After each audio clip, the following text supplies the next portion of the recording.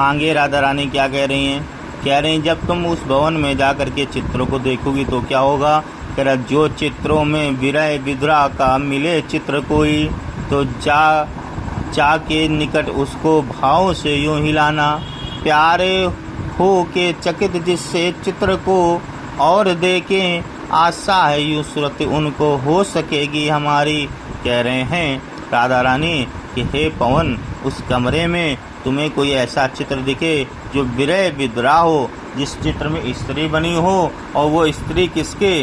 वेदना कैसी हो? किसी से दूर होने की। अगर कोई ऐसा चित्र हो जिसमें कोई नारी बहुत दुखी बैठी हो अपने प्रीतम के दूर होने के कारण, तो तुम क्या करना?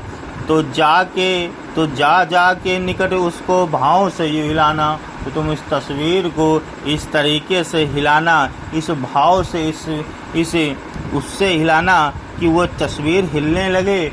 और क्या हो? प्यार हो के चकित जिससे चित्र को और देखें। जब वो तस्वीर हिलेगी तो मेरे प्यारे, मेरे मोहन उस तस्वीर को चकित होकर के, आश्चर्यचकित होकर के देखेंगे, और तब आशा है यूं सूरत उनको हो सकेगी हमारी। और तब उस चित्र के माध्यम से हो सकता हो उनको मेरी याद आ जाए कि एक ऐसी भी नारी इस धरती पे है जो इसी तरीके से विरह वेदना में व्याकुल होगी।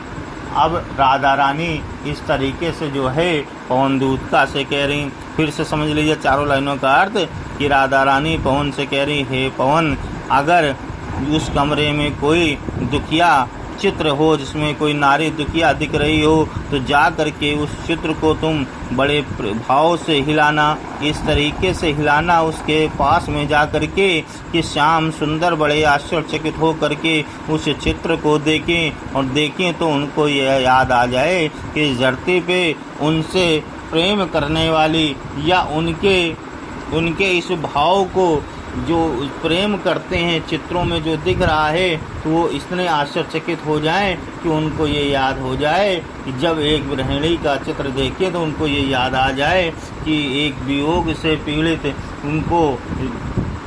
पीड़ित उनकी कोई एक है प्रीतमा जो इस समय बहुत ही दुखी हुई है।